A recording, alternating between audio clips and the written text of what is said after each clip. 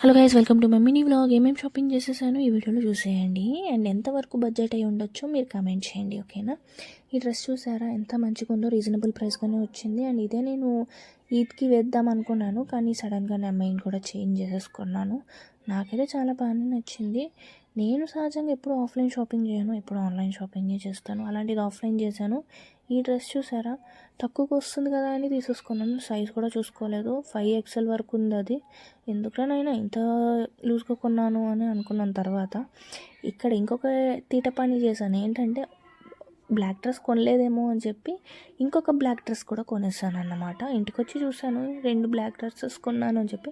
Design వేరు, కానీ నేను ఒకటే కొన్నాను అనుకున్నాను. కానీ ఇంటికి వచ్చాక తెలిసింది.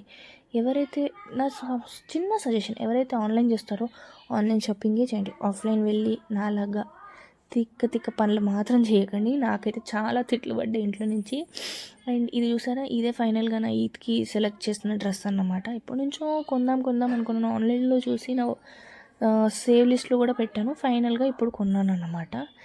చాలా అంటే చాలా బాగా నచ్చింది. నేనైతే అదే వేసుకున్నాను. నేను కొన్ని ఆఫీస్ వేర్స్కి అవన్నీ తీసుకున్నాను అన్నమాట. నాకైతే చాలా బాగా నచ్చింది. ఇంకా మా వాళ్ళు కూడా సరే ఓపెన్ చేసి చూపి అన్నారు. నేను 2-3 ఓపెన్ చేసి అలసిపోయాను. షాప్ వాళ్ళు ఎలా ఓపెన్ చేస్తారో ఏమో నాకైతే అస్సలు అర్థం కాలేదు.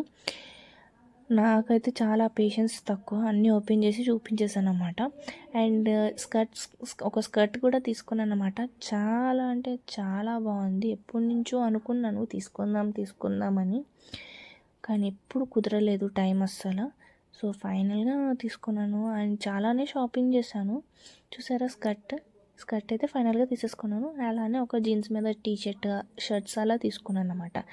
And thank you so much for watching my video. Love you guys. Subscribe చేసుకోండి మర్చిపోకండి పిగ్లు.